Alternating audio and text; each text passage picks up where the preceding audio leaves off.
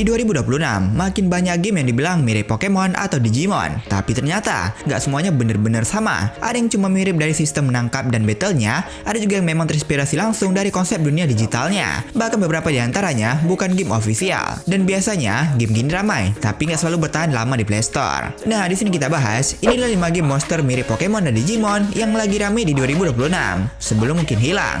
Penasaran dengan gamenya? Simak videonya. I'm so late, you sip wine, I drink straight.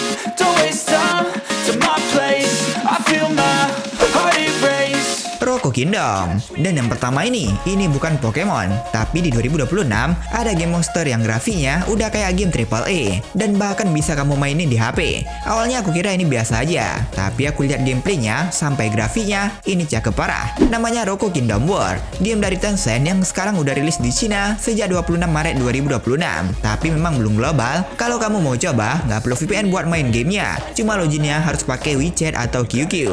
Dan untuk dapetin APK-nya pun mudah, tinggal download dari official websitenya langsung. Dari awal masuk game, yang langsung kerasa itu dunianya. Ini bukan sekedar map biasa, tapi full open world dengan lingkungan hidup yang ada siang, sore, sampai malam. Dan jujur aja, untuk ukuran game mobile ini kelihatan niat banget. Di sini kamu bisa langsung ketemu banyak monster langsung di dunia, bukan dari menu. Dan seperti yang bisa ditebak, fokus utamanya ada di battle antar monster. Cara mulainya simple, deketin monsternya, dia bakal lempar bola, lalu monster kamu keluar buat bertarung. Battlenya sendiri terasa santai, tapi tetap enak dilihat. Ngerinya lagi, monster di sini nggak cuma buat battle, kamu bisa nangkep, koleksi, bahkan pakai sebagai mon buat keliling dunia. Dan menurut developernya, ada lebih dari 400 monster yang bisa ditangkap gratis. Game ini juga udah support cross platform, jadi bisa dimainkan di mobile dan juga PC. Kalau kamu punya akses loginnya, ini salah satu yang wajib banget dicoba di 2026.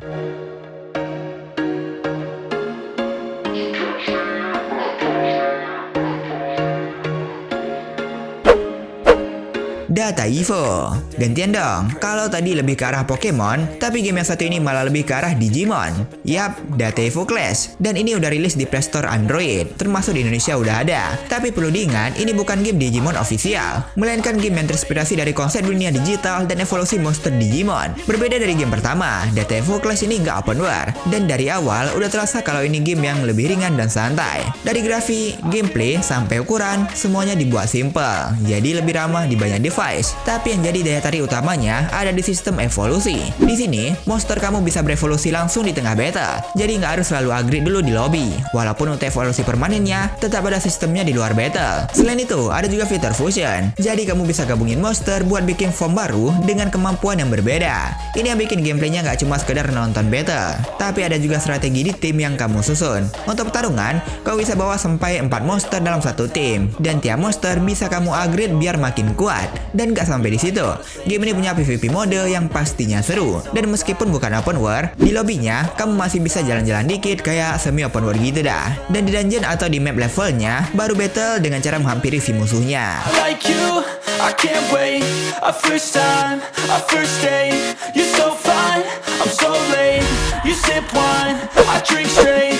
Sacred Plan. Tapi kalau kamu ngerasa Data Evo masih kurang Digimon, yang satu ini malah lebih berasa lagi. Tapi ya tentu aja, lagi-lagi ini bukan game Digimon yang aslinya. Menariknya, ini sebenarnya bukan game yang benar-benar baru. Game ini dulu pernah rilis di Cina dengan nama Digimon Source Code, dan sekarang hadir di Indonesia dengan versi server sendiri dan sudah pakai bahasa Inggris. Dari segi gameplay, ini pakai sistem turn based, jadi cukup familiar buat kamu yang sering main game monster battle. Tapi yang bikin beda, ada fitur evolusi langsung saat battle. Jadi kamu bisa lihat perubahan monster secara real time di tengah pertarungan. Walaupun begitu, kalau mau santai, game ini juga ada fitur full auto battle dan bahkan skip battle. Untuk visualnya sendiri, ini termasuk cukup bagus di kelasnya. Desain monster, efek skill, bahkan grafiknya ini masih enak dilihat, terutama buat kamu yang suka vibe Digimon. Di luar battle, kamu juga bisa explore map sebelum masuk ke pertarungan, jadi nggak langsung lompat dari menu ke battle. Dan secara overall, game ini memang dibuat santai, nggak terlalu kompleks. Tapi perlu diingat juga, game-game non-official seperti ini biasanya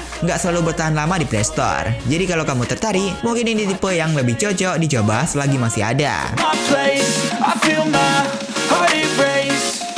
So catch me if I fall. Spark Creators. Nah, sedikit next level dari game sebelumnya. Game yang terinspirasi dari Pokemon ini lebih banyak jalan-jalannya. Di awal masuk yang langsung terasa itu dunianya. Mapnya cukup luas dan suasananya malah sedikit mengingatkan kita ke game farming santai Harvest Moon. Ditambah lagi, grafiknya nggak dibuat cukup berat, lebih ke arah kartunis, simple tapi tetap enak dilihat. Mirip-mirip Epic Conquest 2 dah. Sama lainnya game Pokemon, yang dimana battle tentu saja ini tetap turn based. Dan kalau monster liar udah lemah, kamu bisa menangkapnya buat jadi bagian dari tim kamu. Tapi yang bikin beda, di sini ada sistem idle. Jadi walau kamu nggak main terus, tim kamu tetap berkembang dan ngumpulin resource. Cocok banget kalau kamu cari game yang nggak harus grinding terus menerus. Kamu juga bisa ngumpulin dan evolusi monster, lalu nyusun tim terbaik sesuai strategi kamu. Meskipun simple, tetap ada elemen build team yang bikin game ini nggak sepenuhnya auto. Place, I feel my heart erase. So catch me if I fall. Mythic Pet. Dan terakhir ini dia yang paling dekat dengan rasa klasik. Game yang terinspirasi dari Pokemon ini, jujur, dari segi grafik sebenarnya nggak jauh beda dari game sebelumnya. Terutama saat masuk ke arena battle-nya, efek dan tampilannya cukup familiar. Tapi yang bikin beda ada di bagian map-nya. Di sini kamu bisa jalan-jalan cukup jauh, bahkan sampai lintas area seperti pulau-pulau. Jadi lumayan luas. Walaupun ini langsung ke poin-poinnya ya, nggak open world gitu. Untuk UI-nya sendiri, ini agak unik. Kesannya malah kayak game-game zaman PS2. Simple, sedikit jadul, tapi justru itu yang bikin terasa classy dan tetap seru dimainkan. Gamenya juga masih setia pada formula monster game pada umumnya. Kamu bakal nangkep monster saat lemah, upgrade tim, dan tentunya evolusi monster. Untuk battle ini pakai turn based, jadi tetap butuh strategi. Minimal kamu harus paham elemen dan counter musuh, karena dari sinilah penentu menang atau kalahnya. A first date. Dan itu dia beberapa game monster di 2026 yang mirip Pokemon dan Digimon. Dari semua game tadi, menurut kamu nih yang paling menarik yang mana? Atau mungkin ada game monster lain yang menurut kamu lebih worth it dicoba di tahun 2026 ini? If I fall.